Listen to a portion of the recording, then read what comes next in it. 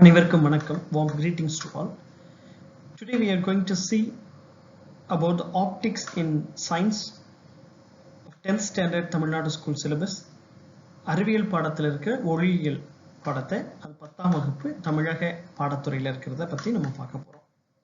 ஒளியியல் நம்ம வெறும் கண்ணால் பார்க்கக்கூடியதாகட்டும், இல்லை கண்ணாடி வழியாக பார்க்கக்கூடியதாகட்டும், இல்லை ஆய்வகத்தில் சில எக்ஸ்பிரிமெண்ட்ஸ் வழியாக செய்யக்கூடியதாகட்டும், எல்லாமே ஒளியியல் தான். நம்ம பயன்படுத்துகிற பொருட்களில் கேமராலிருந்து சிறிய வகை நுண்ணோக்கிகளாகட்டும், இல்லை தொலைநோக்கிகளாகட்டும் எல்லாமே ஒளியியல் கீழே தான் வருது. நம்ம பார்க்குற வானவிலாகட்டும், நம்ம பார்க்குற விதவிதமான கலர்கள், நிறங்கள் ஆகட்டும், எல்லாத்த பற்றியும் நம்ம தெரிஞ்சுக்கிறோம். அதை பற்றி இதெல்லாம் சேர்ந்தது தான் ஒளியியல். இந்த ஒளியியல் பாடத்துக்குள்ளே நம்ம போகிறதுக்கு முன்னே இந்த பாடத்தை பற்றி நம்ம தெரிஞ்சுக்கணும்னா சில பேசிக்கான சில அடிப்படையான சில கூறுகளை நம்ம புரிஞ்சுக்கணும் ஒளியியல்ல. இப்ப அதை நம்ம பார்த்துட்டு நம்ம அடுத்ததாக நம்ம பாடம் நோக்கி போவோம். முக்கியமா ஒரு லைட்ன்றது ஒரு அலை என்ற வடிவத்துல நம்ம எடுத்துக்கலாம், அல்லது சவுண்ட் எல்லாமே அலை வடிவம் தான். இந்த அலை வடிவங்களை பொறுத்தவரையில நம்ம ரெண்டு விஷயம் நம்ம முக்கியமா தெரிஞ்சுக்கணும். ஒண்ணு வேவ் லென்த், அலை நீளம். இரண்டு மீட்சி பெறும் அலைகளுக்கு இடைப்பட்ட தூரம் தான் அலை நீளம். சரிங்களா? distance between two light points on the waves. அடுத்து frequency என்னன்னா number of waves passing in a given time. a number of waves passing in a given time. இப்போ இந்த ஒரு குறிப்பிட்ட கால இடைவெளிக்குள்ள எத்தனை waves பாஸ் ஆகுதுன்றது தான் frequency, தமிழ்ல அதிர்வெண். இப்ப அலைநீளம்னா என்னன்னா ஒரு அலையின் இரு மீளும் பகுதிகளுக்கு இடையேயான நீளம் அலைநீளம் ஆகும். அதிர்வெண்னா ஒரு குறிப்பிட்ட நேர அலகிற்குள் எத்தனை முறை ஒரு சுழற்சி நிகழ்வு நிகழ்கிறது என்பதற்கான அளவையாகும். ஆம்ப்ளிடியூட்னா ஃப்ரம் த ஈக்குலிபிரியம் பொசிஷன் இந்த வேவ் எவ்வளவு தூரத்துக்கு ஆசிலேட் ஆகுது, எவ்வளவு தூரத்துக்கு அப்படின்றது தான் அலை வீச்சு, அதாவது ஆம்ப்ளிடியூட். சமநிலையிலிருந்து ஒரு அலை எவ்வளவு தூரத்துக்கு மீண்டு வருது அப்படின்றது தான். ரைட்டுங்களா? இந்த மூணும் தெரிஞ்சுக்கிறது ரொம்ப அவசியம். அதே போல ஒளியின் அலை வடிவத்தை C = μ லாமிடா என வரையறுக்கலாம். அலை நீளன்றது லாமிடா, அதிர்வெண்ன்றது μ. அப்ப காற்று அல்லது வெற்றிடத்தில் ஒளியின் வேகம் C = 3 × 10⁸ மீட்டர்/செகண்ட். அதுக்கு என்ன அர்த்தம்னா இந்த உலகத்தை ஒரு செகண்டுக்குள்ள 8 முறை சுத்தி வர முடியும். இந்த ஒளியின் வேகத்துல நம்மால பயணப்பட முடியும் என்றால் அதான் அதுக்கு அந்த எந்த அளவுக்கு அது பெரிய நம்பர்ன்றதுக்காக இதை நான் சொல்றேன். அடுத்ததா, so both light and sound travels in the form of waves. ஒளி மற்றும் ஒளி இரண்டும் அலை வடிவில் தான் பரவுதுன்னு பார்த்தோம். ஏற்கனவே கூட நான் சொல்லியிருந்தேன். அதாவது light travels much faster than sound. ஒளியை விட ஒளி வேகமாக பயணிக்கும். அதனாலதான் நமக்கு முதல்ல எப்பயுமே மின்னல் இடி வந்தாலும் கூட நமக்கு முதல்ல தெரியறது மின்னல் தான் தெரியும், இடி பிறகுதான் வரும். ஏன்னா சத்தம் நமக்கு பிறகுதான் கேட்கும். துப்பாக்கி சுடும் பொழுது கூட இந்த ஒளி தான் முதல்ல வரும். ஒளி, லைட் அதான் முதல்ல வரும். வெளி சத்தம், சவுண்ட் அது பிறகுதான் நமக்கு கேட்கும். ஸோ இன்ட்ரோடக்ஷன் டு லைட், நம்ம புத்தக பாடத்துக்கு உள்ள போயிடுவோம். Light is a form of energy which travels in the form of waves, that is travel always in a straight line. ஒளி என்பது ஆற்றல், அது அலை வடிவில் தான் பரவுகிறது, நேர்கோட்டில் தான் பயணிக்கிறது. The path of light is called ray of light and the group of these ray are called as beam of light. ஒளி செல்லும் பாதை ஒளிக்கதிர் எனப்படும். ஒளிக்கதிர்களின் தொகுப்பு ஒளிக்கற்றை எனப்படும். Path of light is called ray of light. இது ஒளிக்கதிர்களின் தொகுப்பு beam of light, அதாவது ஒளிக்கற்றை எனப்படும். Any object which gives out light or terms source of light. ஒளியை வெளியிடும் பொருட்கள் ஒளி மூலங்கள் எனப்படும். Luminous objects such as sun, star, etc. These sources emit their own light. அதாவது சூரியன், விண்மீன்கள், ஒளிரும் பொருட்கள் இவை எல்லாமே சுயமாக ஒளியை வெளியிடுபவை. நம்ம இப்ப இந்த மரத்தை பார்க்கணும் அப்படின்னா சூரியனிலிருந்து ஒரு ஒளி வரணும், லைட் வரணும், மரத்தின் மீது படணும், அதிலிருந்து பட்டு நம் கண்ணுக்கு வரணும். அப்பதான் இந்த மரத்தை பார்க்க முடியும். ரைட்? சரி, ஏன் ஒவ்வொன்றும் ஒரு கலர்ல இருக்கு? ஆப்பிள் ஒரு கலர்ல இருக்கு, மரம் வந்து ஒரு பச்சை கலர்ல இருக்கு, இலைகள் பச்சை கலர்ல இருக்கு, மரம் வந்து வேற கலர்ல இருக்கு. அப்ப இதெல்லாம் ஏன் நமக்கு வந்து வெவ்வேறு நிறங்களா தெரியுது? இப்ப சூரியன்ல இருந்து வர ஒளிக்கதிர்கள் ஒரு பொருள் மீது படுது, அந்த பொருள் மீது பட்டு அந்த ஒளிக்கதிர்கள் நம்ம கண்ணுக்கு வருது. ஆனா அந்த பொருள் வந்து வெவ்வேறு நிறங்களா நமக்கு ஒவ்வொரு பொருளும் ஒவ்வொரு நிறத்தில் தெரியுது. ஏன் அப்படின்னா, இப்போ உதாரணமா சூரியன்ல இருந்து ஒரு ஒயிட் லைட் தான் வருது, வெள்ளொளி. அதுல எல்லா விதமான நிறங்களின் தொகுப்பு தான் இந்த ஒயிட் லைட்ன்றது. இந்த பொருள் நமக்கு ப்ளூ கலர்ல தெரியுது, நீல நிறத்துல தெரியுதுன்னா நீல நிறத்தை மட்டும்தான் இந்த பொருள் வெளியிடுறது, மற்ற நிறங்களை அது உள்வாங்கிக்குதுன்னு அர்த்தம். அப்சர்வ் பண்ணிடுது, நீல நிறத்தை வெளியிடுது, எமிட் பண்ணுது. ஆனா இங்க கடலுக்கு அடியில வந்து சில இடங்கள்ல நீல நிறம் ஏன் தெரியுதுன்னா மற்ற நிறங்கள்லாம் வந்து சிதறடிக்கப்பட்டு விடுகிறது. கடைசியா இருக்கிற நீல நிறம், குறைந்த அலைநீளம் கொண்ட நீல நிறம் வந்து கடைசியா அது மட்டும்தான் மிஞ்சுது. அதனால நமக்கு கண்ணுக்கு நேரடியா நீல நிறம் தெரியுது, மற்றதெல்லாம் முன்னாடியே சிதறடிக்கப்படுது. அதே போல நம்ம ஸ்கிரீன், டிவி ஸ்கிரீன் ஆகட்டும், கம்ப்யூட்டர் ஸ்கிரீன் ஆகட்டும், இதெல்லாம் வந்து இந்த 3 நிறங்களுடைய முதன்மை நிறங்களுடைய தொகுப்பு. சிவப்பு, பச்சை, நீலம், இதோடைய ஒட்டுமொத்த தொகுப்பு தான் வந்து வெவ்வேறு இடங்கள்ல வந்து வெவ்வேறு நிறங்களா மாற்றம் அடையுது.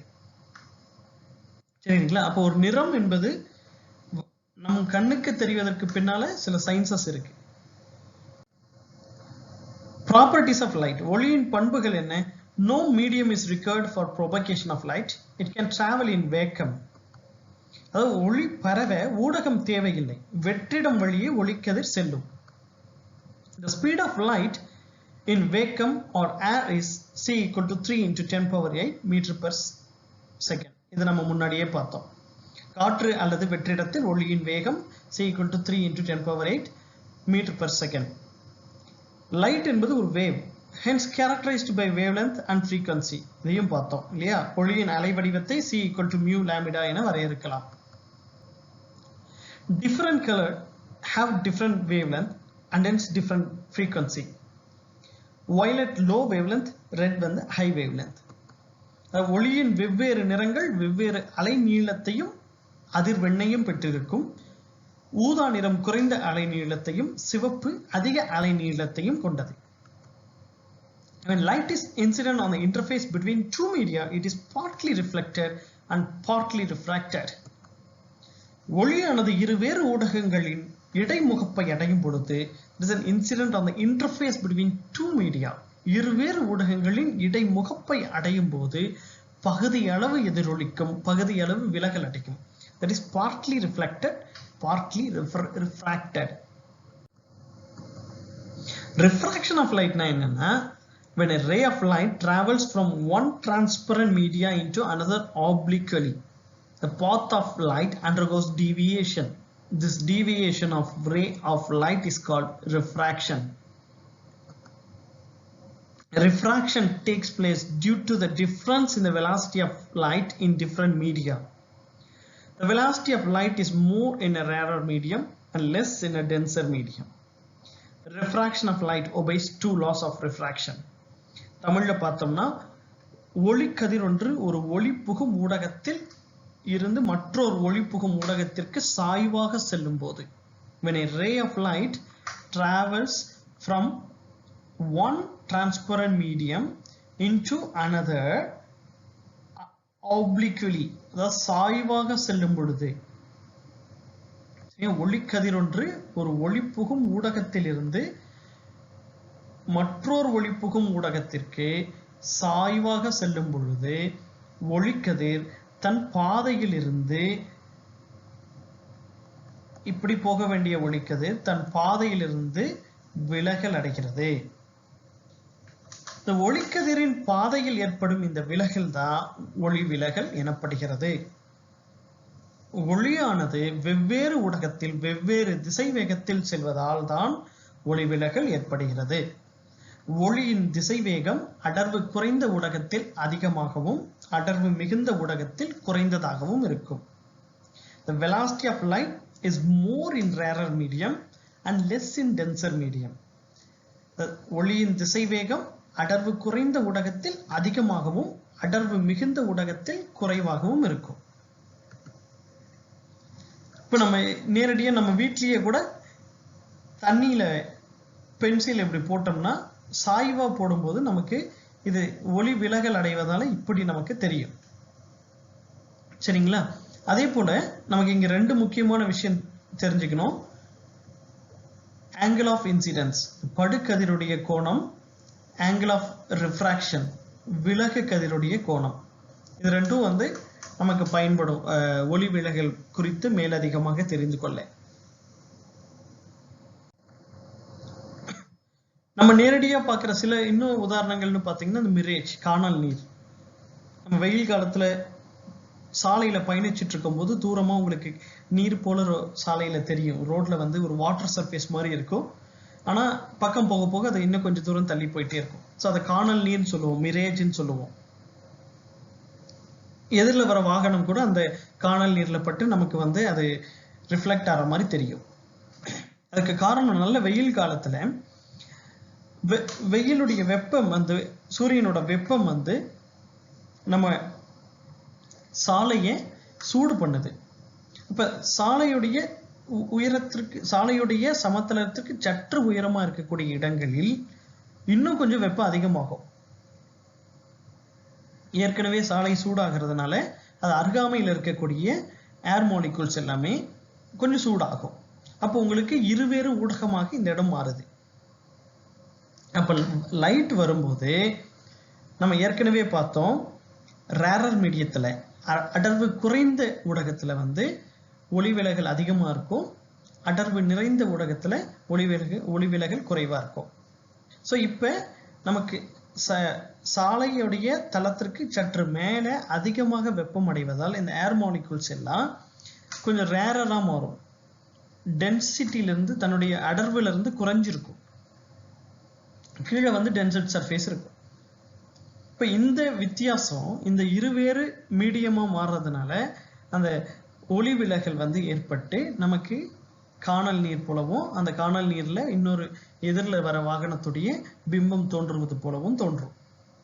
இது பாலைவனத்துல மரங்கள் கூட அப்படி காட்சி அளிக்கும்.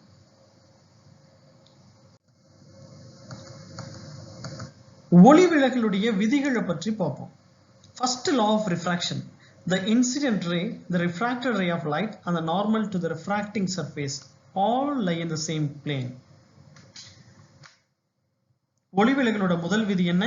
ஒரு ஒளிக்கதிர் ஒரு ஊடகத்திலிருந்து மற்றொரு ஊடகத்திற்கு செல்லும் பொழுது படுகதிர் விலகு கதிர் படுபுள்ளியில் விலகல் அடையும் பரப்புக்கு செங்குத்தாக வரையப்படும் கோடு ஆகியவை ஒரே தளத்தில் இருக்கும். படுகதிர் இன்சிடென்ட் ரே, விலகு கதிர் refracted ray and the normal to the refracting surface all lie in the same plane. ஒரே தளத்தில் இருக்கும். Second law of refraction என்ன? The ratio of sine of angle of incidence and sine of angle of refraction is equal to the ratio of refractive indices of the two medium. So sine of angle of incidence, so sine of angle of refraction is equal to the ratio of refractive indices of two media. Mu ன்றது refractive index. அப்ப இந்த ரெண்டு மீடியத்துடைய ratio தான் sine of angle of incidence, sine of angle of refraction. அதாவது Snell's law. ஒளிவிலகலுடைய இரண்டாம் விதி தமிழ்ல பார்த்தா, ஒளிக்கதிர் ஒரு ஊடகத்திலிருந்து மற்றொரு ஊடகத்திற்கு செல்லும் போது படுகோணத்தின் சைன் மதிப்பிற்கும் விலகு கோணத்தின் சைன் மதிப்பிற்கும் இடையே உள்ள தகவானது அவ்விரு ஊடகங்களின் ஒளிவிலகல் எண்களின் தகவிற்கு சமம். இவ்விதி ஸ்னெல் விதி என்று அழைக்கப்படுகிறது. sin I by sin R is equal to mu2 by mu1. நம்ம refractive index ஒளிவிலகல் எண்ணு பார்த்துக்கிட்டே இருக்கோம். அப்படின்னா ஒளிவிலகல் எண் refractive index gives us an idea of how fast or how slow light travels in a medium. அதாவது ஒளிவிலகல் எண்ணானது என்னன்னா, ஒரு ஊடகத்தில் ஒளிக்கதிரின் திசைவேகம் எவ்வாறு இருக்கும் என்பதை தெரிவிக்கின்றது. The ratio of speed of light in vacuum to the speed of light in a medium is defined as a refractive index mu of that medium. காற்றிலோ வெற்றிடத்திலோ ஒளியின் திசைவேகத்திற்கும் மற்றொரு ஊடகத்தில் ஒளியின் திசைவேகத்திற்கும் இடையே உள்ள தகவு ஒளி விலகல் எண் என்றும் வரையறுக்கப்படுகிறது. The ratio of speed of light in a vacuum to the speed of light in a medium. காற்றிலோ வெற்றிடத்திலோ ஒளியின் திசைவேகத்திற்கும் மற்றொரு ஊடகத்தில் ஒளியின் திசைவேகத்திற்கும் இடையே உள்ள தகவுதான் ஒளி விலகல் எண். The speed of light in a medium is low if the refractive index of the medium is high. ஒளியின் திசைவேகமானது ஒளி விலகல் எண் அதிகம் உள்ள ஊடகத்தில் குறைவாகவும் ஒளி விலகல் எண் குறைவாக உள்ள ஊடகத்தில் அதிகமாகவும் அமையும். When light travels from a denser medium into a rarer medium, the refracted rays bend away from the normal drawn to the interface. அதாவது ஒளி கதிரானது அடர்வு மிகு ஊடகத்தில் இருந்து அடர்வு குறைந்த ஊடகத்திற்கு செல்லும் போது விலகு கதிர் செங்குத்து கோட்டை விட்டு விலகிச் செல்லும். When a light travels from a rarer medium into a denser medium, the refracted ray is bent towards the normal drawn to the interface. சரிங்களா? ஒளிக்கதிர் அடர்வு குறைந்த ஊடகத்திலிருந்து அடர்வு மிகு ஊடகத்திற்கு செல்லும் பொழுது செங்குத்து கோட்டை நோக்கி விலகிச் செல்லும். அதுவே ஒளிக்கதிரானது அடர்வு மிகு ஊடகத்திலிருந்து அடர்வு குறைந்த ஊடகத்திற்கு செல்லும் போது விலகு கதிரானது செங்குத்து கோட்டை விட்டு விலகிச் செல்லும்.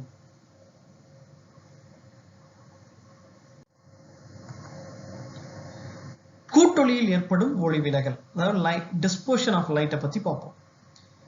Sun is a fundamental and natural source of light. If a source of light produces a light of single color, it is known as monochromatic source. A composite source of light produces a white light which contains a light of different colors.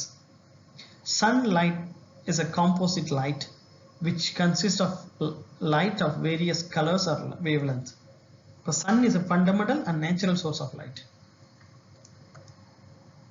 சூரியன் இயற்கையில் அமைந்த ஒரு ஒளி மூலம். ஒரு ஒளி மூலமானது ஒரே ஒரு நிறத்தை கொண்ட ஒளியை வெளியிடுமானால் அது ஒற்றை நிற ஒளியின் மூலம் எனப்படும். If a source of light produces a light of single color மட்டும் வெளியிட்டுச்சுன்னா it is known as a monochromatic light. ஒரு ஒளி மூலமானது ஒரே ஒரு நிறத்தை கொண்ட ஒளியை வெளியிடுமானால் அது ஒற்றை நிற ஒளி மூலம் எனப்படும். ஆனால் கூட்டொளி மூலங்கள் காம்போசிட் சோர்சஸ்ல பல்வேறு நிறங்களை உள்ளடக்கிய வெள்ளொளியை தருகின்றன. சூரிய ஒளியானது பல்வேறு நிறங்களை அல்லது அலை நீளங்களை கொண்ட கூட்டொளியாகும். Sunlight is a composite light which consists of a light of various colors or wavelengths. Another example of composite source is a mercury vapor lamp. கூட்டொளி மூலத்திற்கு மற்றொரு எடுத்துக்காட்டு பாதரச ஆவி விளக்காகும். What do you observe when a white light is refracted through a glass prism? வெள்ளொளியை ஒரு கண்ணாடி முப்பட்டகத்தின் வழியாக செலுத்தி வெளிவரும் ஒளிக்கதிர்களை உற்று நோக்கும் பொழுது என்ன நிகழ்கிறது?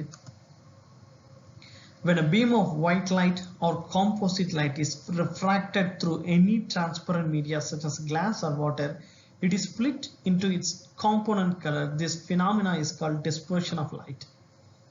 வெள்ளொளி கற்றையானது கண்ணாடி நீர் போன்ற ஒளி புகும் ஊடகத்தில் ஒளி விலகல் அடையும் போது அதில் உள்ள நிறங்கள் தனித்தனியாக பிரிகை அடைகின்றன. இந்நிகழ்வை நிறப்பிரிகை என சொல்லலாம். நிறப்பிரிகைனா டிஸ்பர்ஷன். அப்ப ஒயிட் லைட் வந்து it is refracted through any transparent media such as glass or water.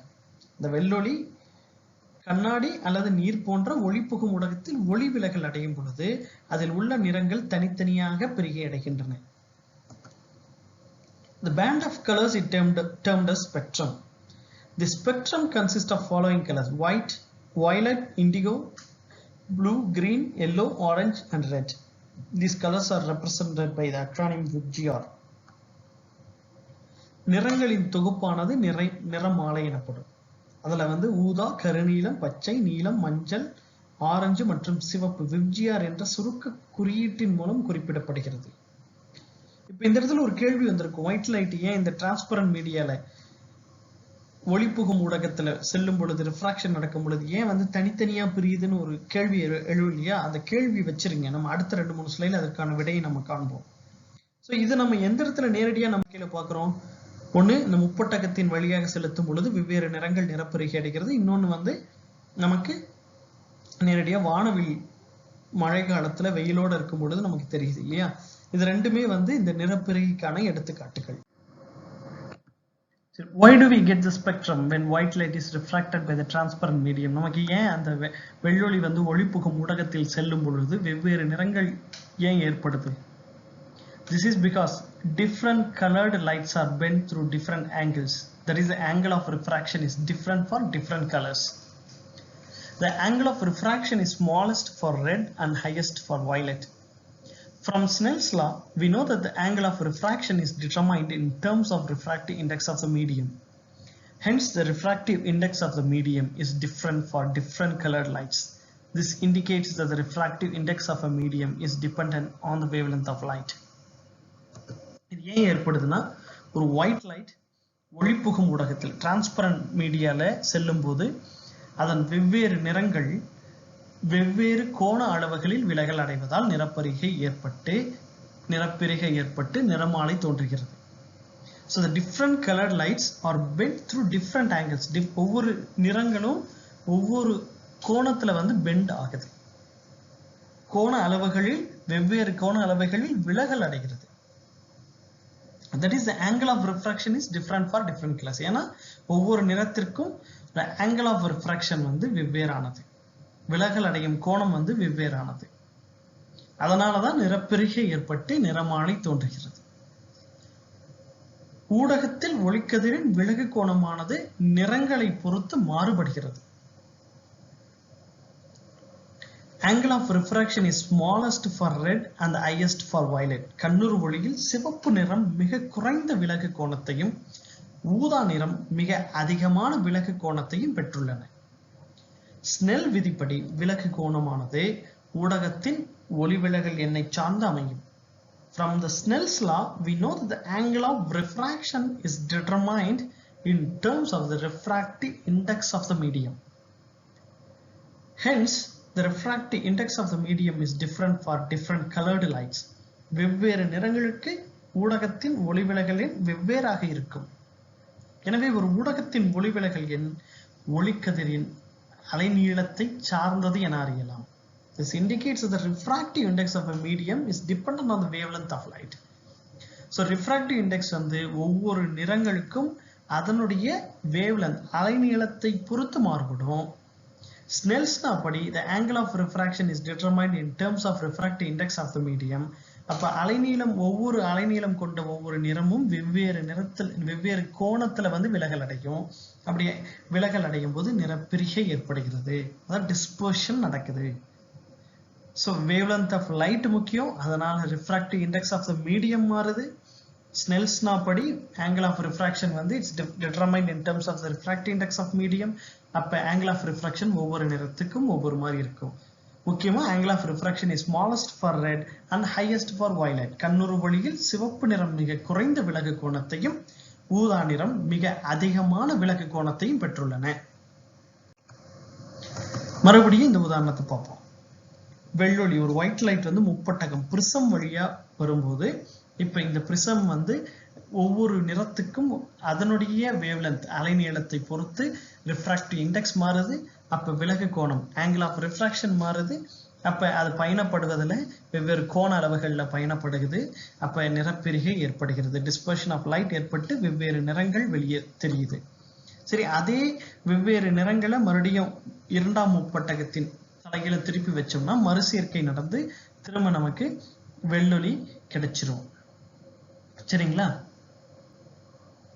தமிழ்ல இங்க இருக்கு, சோ ஆங்கிலத்துல இங்க இருக்கு. சோ ஃபர்ஸ்ட் பிரிசம்ல டிஸ்பர்ஷன் நடக்கும், செகண்ட் பிரிசம் இன் ரிவர்ஸ் ரீகம்பினேஷன் நடந்து ஒயிட் லைட் கிடைக்கும். அதே போலதான் நம்ம வானவில்லையும் ஒளிவிலகல் ஏற்படுறதுனாலதான் வானவில் நமக்கு கிடைக்குது. இப்ப சூரிய ஒளி வருது, வாட்டர் டிராப்லெட்ஸ் இருக்கு, இது வந்து ரிஃப்ராக்ட் ஆகுது, பட்டு இந்த இடத்துல ரிஃப்ளெக்ஷன் நடக்குது. சரிங்களா? ரிஃப்ளெக்ஷன் நடக்கும் பொழுது திரும்ப இந்த இடத்துல உங்களுக்கு டிஸ்பர்ஷன் ஆகி வெவ்வேறு நிறங்கள் காட்சி அளிக்குது நம்ம கண்ணுக்கு. சோ இங்க ரிஃப்ராக்ஷன் நடக்குது, ரிஃப்ளெக்ஷன் நடக்குது, டிஸ்பர்ஷன் நடக்குது, ஒளி விலகல் நடக்குது, எதிரொலிப்பு நடக்குது, நிறப்பிரிகை ஏற்படுகிறது இந்த வாட்டர் டிராப்லெட்ஸ்ல. இப்ப சூரியனும் மழையும் சேர்ந்து இருக்கும் பொழுதுதான் நமக்கு வானவில் தெரியும். அதுக்கு காரணம் இதுதான். அதுக்கு பின்னாடி இருக்க அறிவியல் இதுதான். அடுத்ததா scattering of light, ஒளிச்சிதறல். When sunlight enters the Earth's atmosphere, the atoms and the molecules of different gases present in the atmosphere refract the light in all possible directions. This is called scattering of light. So when an incident light air molecule atoms and molecules படும் பொழுது எல்லா டைரக்ஷன்லயும் இது சிதறடிக்கப்படுது. The scattering of light. In this phenomenon, the beam of light is redirected in all the directions when it interacts with a particle of medium. The interacting particle of the medium is called a scatterer.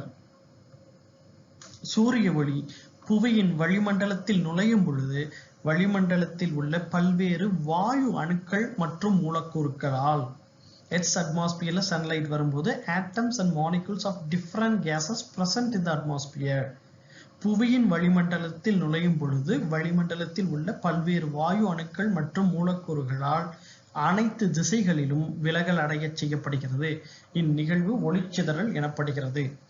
இந்நிகழ்வில் ஒளிக்கற்றையானது ஊடகத்தில் அதாவது காற்றில் உள்ள துகள்களுடன் இடைவினையில் ஈடுபடும் போது அவை அனைத்து திசைகளிலும் திருப்பி விடப்பட்டு சிதறல் நிகழ்கிறது.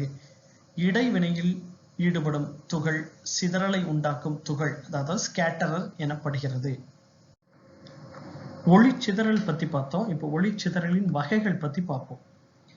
Types of scattering.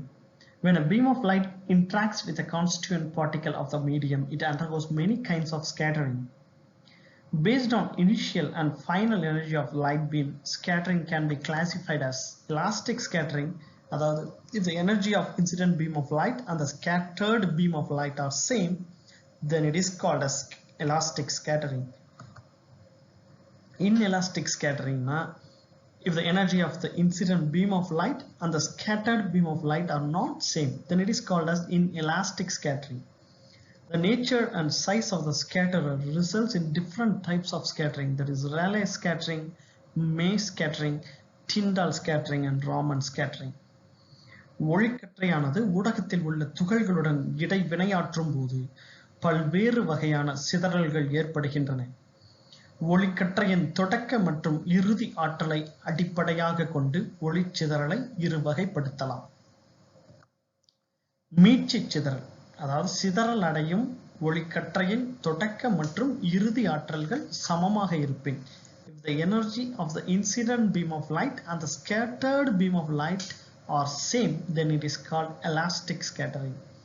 சிதறல் அடையும் ஒளிக்கற்றையின் தொடக்க மற்றும் இறுதி ஆற்றல்கள் சமமாக இருப்பின் அச்சிதறல் மீட்சி சிதறல் எனப்படும்.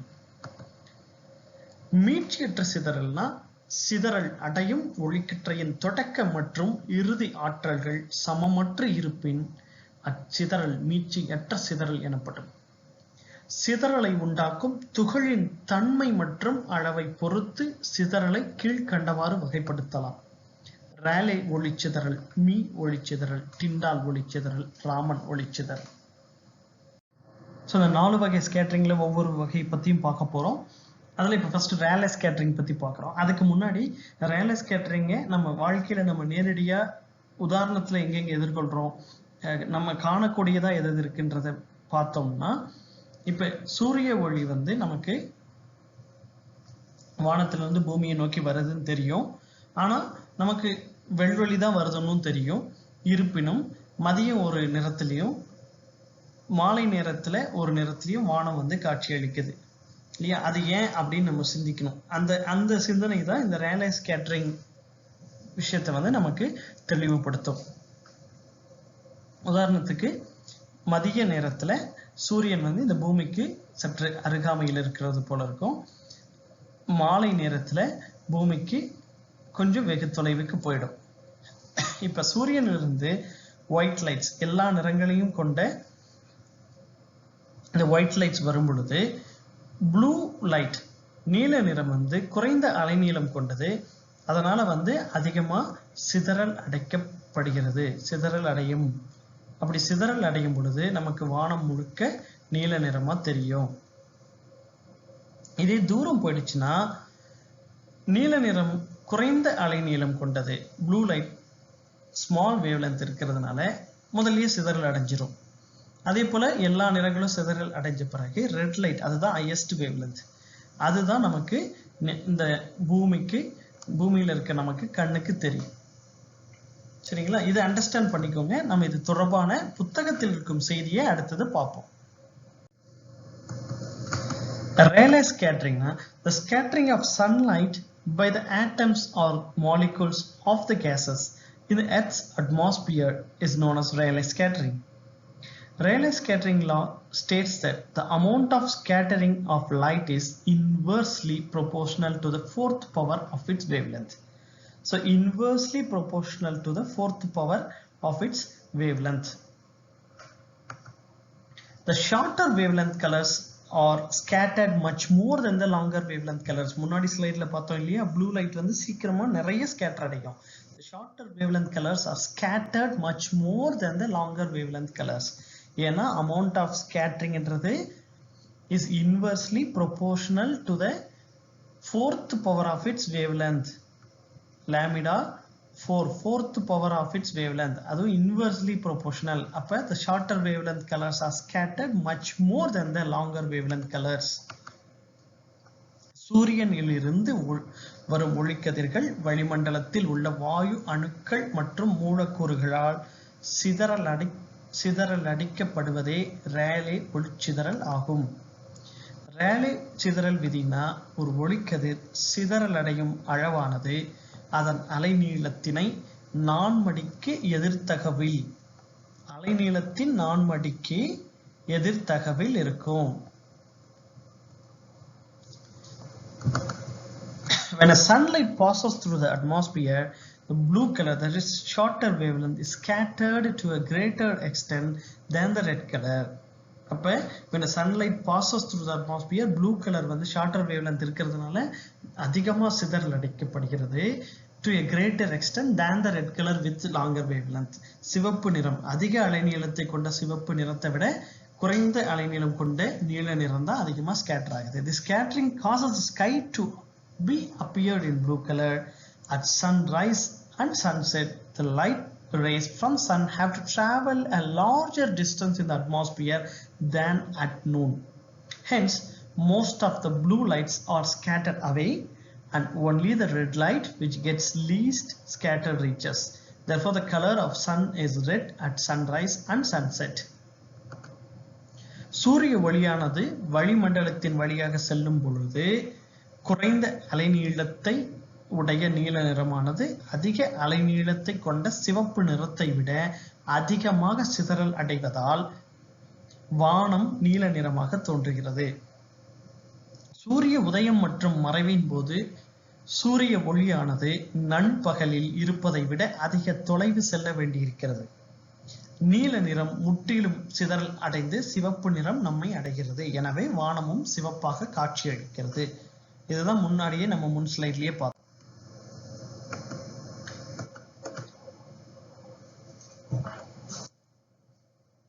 இந்த பிபிடியில உங்களுக்கு வேவ்லென்த், அதாவது நீல நிறம் குறைந்த வேவ்லென்த் அலைநீளமும் சிவப்பு நிறம் வந்து அதிக அலைநீளமும் கொண்டிருக்கு. அப்ப அது அமௌண்ட் ஆஃப் ஸ்கேட்டரிங் வந்து நீல நிறத்துக்கு வந்து அதிகமா இருக்கு, இங்க வந்து சிவப்பு நிறத்துக்கு குறைவா இருக்கு. அதுதான் நம்ம இந்த ரேலே ஸ்கேட்டரிங் விதியிலையும் பார்த்தோம். அமௌண்ட் ஆஃப் ஸ்கேட்டரிங் வந்து is inversely proportional to the fourth power of its wavelength. சிதறல் அளவு என்பது அலைநீளத்தின் நான்மடிக்கு எதிர்த்தகவில் இருக்கும்னு பார்த்தோம். சரி, அடுத்த கேள்வி. நம்ம வண்டியில போயிட்டு இருக்கும் போது டிராபிக் சிக்னல் பார்ப்போம். ஏன் போக்குவரத்து விதிமுறைகளை மதிக்கிறதுக்காக சிவப்பு, மஞ்சள், பச்சை வச்சிருப்பாங்க. அங்க ஏன் சிவப்பு வச்சிருக்காங்கன்னா அதுதான் நம்ம இருட்டு நேரத்திலேயோ இல்ல நிறைய மழை பெய்யும் போதோ இல்ல ஸ்னோ அடிக்கும் போது, இந்த ஐரோப்பிய நாடுகள் எல்லாம் இல்ல பனி அதிகமா இருக்கும் போது நமக்கு வந்து சிவப்பு நிறம் தான் கண்ணுக்கு தெரியும். ஏன்னா மற்ற நிறங்கள்லாம் எளிதா சிதறல் அடிக்கப்பட்டுரும். அப்ப சிவப்பு நிறம் சிதறல் அடிக்கப்படுவது குறைவா இருக்கிறதுனால அது நமக்கு வரும். அதுக்கு அடுத்த குறைவா இருக்கக்கூடிய மஞ்சள் நிறத்தை வச்சிருக்காங்க. அதுக்கு அடுத்த குறைவான வேவ்லென்த் வச்சு இருக்கிறது வந்து பச்சை நிறம். அதனாலதான் சிவப்பு, மஞ்சள், பச்சைன்னு இருக்கு. சிவப்பு, மஞ்சள், பச்சை. அடுத்ததான் மீ சிதறல், மீ ஸ்கேட்டரிங் பத்தி பார்ப்போம். Me scattering takes place when the diameter of the scatterer is similar to or larger than the wavelength of the incident light. It is also an elastic scattering. The amount of scattering is independent of wavelength. Mean scattering takes place when the diameter of the scatterer is similar to or larger than the wavelength of incident light. Wavelength of the incident light, இப்போ சூரிய ஒளிக்கதிராகட்டும் அதுல வரக்கூடிய ஒளியுடைய wavelength அலைநீளம் இந்த scatter இருக்கு இல்லையா, சிதறல் அடிக்கப்படுவதற்காக இருக்கக்கூடிய வானத்தில் இருக்கக்கூடிய அணுக்கள், வாயு அணுக்கள் இல்ல கேஸ் மாலிகூல்ஸ் ஆர் ஆட்டம்ஸ் இருக்கு இல்லையா, அந்த diameter of the scatter is similar or larger than the wavelength of the incident light. அப்படி இருந்துச்சுன்னா மீ ஸ்கேட்டரிங் நடக்கும். It is also an elastic scattering. The amount of scattering is independent of wavelength. அப்ப எல்லா wavelengthம் ஒரே மாதிரி தான் scatter ஆகுது, independent of the wavelength. Mean scattering is caused by pollen, dust, smoke, water droplets and other particles in the lower portion of the atmosphere. Mean scattering is responsible for the white appearance of the clouds. When white light falls on the water drop, all the colors are equally scattered, which together form the white light. நம்ம முதல் லைன்லயே பார்த்த மாதிரி the amount of scattering is independent of wavelength. அப்ப எல்லா wavelengthம் உடைய நிறங்களும் ஒரே மாதிரி தான் ஸ்கேட்டர் ஆகும். அப்ப எல்லாமே சேர்ந்து ஸ்கேட்டர் ஆயிடுச்சுன்னா நமக்கு என்ன கிடைக்குது, அதனால தான் white light கிடைக்குது. So when the white light falls on water drop, all the colors are equally scattered, which together form white light again. ஒளிச்சிதறலை ஏற்படுத்தும் துகளின் விட்டமானது படும் ஒளிக்கதிரின் அலை நீளத்திற்கு சமமாகவோ அல்லது அலை நீளத்தை விட அதிகமாகவோ இருக்கும்போது மீச்சிதறல் ஏற்படுகிறது. இச்சிதறல் மீட்சி சிதறலை சார்ந்தது. மேலும் சிதறல் அளவானது ஒளிக்கதிரின் அலைநீளத்தை சார்ந்தது அன்று. The diameter of the scattering similar or larger than the wavelength of incident light இருந்துச்சுன்னா மீ ஸ்கேட்டரிங் நடக்கும். இதே diameter of the scattering wavelength of incident light விட diameter of the scatterer வந்து கம்மியா இருந்துச்சுன்னா அப்ப வந்து Rayleigh scattering நடக்கும். அதை புரிஞ்சுக்கோங்க. So மீ scattering எப்ப நடக்கும், diameter of the scatterer is similar to or larger than the wavelength of incident light. Rayleigh scattering எப்ப நடக்கும், the diameter of the scatterer is smaller than the wavelength of incident light. அப்ப ஒளிச்சிதறலை ஏற்படுத்தும் துகளின் விட்டமானது படும் ஒளிக்கதிரின் அலைநீளத்திற்கு சமமாகவோ அல்லது அலைநீளத்தை விட அதிகமாகவோ இருக்கும்போது மீ ஒளிச்சிதறல் ஏற்படுகிறது. Rayleigh scattering-உம் மீ ஸ்கேட்டரிங்கும், இவர் Rayleigh இவர் மீ. Rayleigh scattering நடக்கும்போது நம்ம பார்த்தது போல இந்த ஸ்கேட்டரர் வந்து அதோடைய டயாமீட்டர் ஒளிக்கதிருடைய வேவ் லென்த்தை விட கம்மியா இருக்கும். வேவ் லென்த்தை விட அதிகமாகவோ சமமாகவோ இருந்துச்சுன்னா மீ ஸ்கேட்டரிங் நடக்கும். அதனால்தான் பெரிய துகள்களால மீ ஸ்கேட்டரிங் நடக்கு, சின்ன சின்ன அணுக்களால மாலிகூல்ஸால Rayleigh scattering நடக்கு. Rayleigh scattering வந்து எல்லா பக்கமும் சிதறல் அடிக்கப்படுகிறது. மீ ஸ்கேட்டரிங் ஸ்மாலர் பார்ட்டிகளால சிதறடிக்கப்படுது இப்படியும், பெரிய பார்ட்டிகளால சிதறடிக்கப்படும் பொழுது இப்படியும் இருக்கும். உதாரணமா சில போட்டோஸ் கூட இருக்கு. This photograph of sunset seen through clouds illustrates both Rayleigh and Mie scattering. Rayleigh scattering-உம் மீ scattering-உம் ஒரே நேரத்தில் நடக்கும் பொழுது வானம் சிவப்பு மற்றும் இந்த கருப்பு நிறங்களும் சேர்ந்து தெரியுது இல்லையா, இது வந்து இந்த மீ scattering-ஆல தான். Rayleigh scattering-ஆல சிவப்பு நிறம். அதே போல இந்த இடத்துல சேட்டலைட்ல இருந்து எடுத்த படத்துல பாத்தீங்கன்னா வெள்ளை நிறங்கள் கிளவுட்ஸ் எல்லாம் இருக்கு இல்லையா, அது நம்ம ஏற்கனவே மீ ஸ்கேட்டரிங்கை பத்தி பார்க்கும்போது பார்த்தோம். ஏன் வெள்ளை நிறம் தெரியுதுன்னு, எல்லா நிறங்களும் ஒரே மாதிரி ஸ்கேட்டர் ஆகிறதுனால நமக்கு இப்படி தெரியுதுன்னு நம்ம ஏற்கனவே பார்த்தோம். அதுக்கான உதாரணமான படங்கள் இது. அடுத்து Tyndall scattering. When a beam of sunlight enters into a dusty room through a window, then its path becomes visible to us. This is because the tiny dust particles present in the air of the room scatter the beam of light. This is an example of Tyndall scattering. The scattering of light rays by the colloidal particles in the colloidal solution is called Tyndall scattering or Tyndall effect. சூரிய ஒளிக்கற்றையானது தூசுகள் நிறைந்த ஒரு அறையின் சாளரத்தின் வழியே நுழையும் போது ஒளிக்கற்றையின் பாதை நமக்கு தெளிவாக புலனாகிறது. அறையில் உள்ள காற்றில் கலந்திருக்கும் தூசுகளால் ஒளிக்கற்றையானது சிதறலடிக்கப்படுவதால் ஒளிக்கற்றையின் பாதை புலனாகிறது. இந்நிகழ்வு டிண்டால் ஒளிச்சிதறலுக்கு எடுத்துக்காட்டு ஆகும். ஒரு கூழ்ம கரைசலில் உள்ள கூழ்ம துகள்களால் ஒளிக்கதிர்கள் சிதறடிக்கப்படுகின்ற நிகழ்வு டிண்டால் ஒளிச்சிதறல் அல்லது டிண்டால் விளைவு எனப்படும். So the colloidal solution, கூழ்ம துகள்கள் பார்த்தோம் அப்படின்னா என்னன்னா, the colloid is a microscopically small substance that is equally dispersed throughout another material. Paul, ice cream, muddy, water, smoke. மிக நுண்ணிய துகள்கள் மற்றொரு பொருளில் சம அளவில் விரவி இருப்பதை கூழ்மம் என்கிறோம். உதாரணத்துக்கு பால், புகை, ஐஸ்கிரீம் மற்றும் கலங்கலான நீர், இதெல்லாமே கொலாய்டல் சொல்யூஷனுக்கு.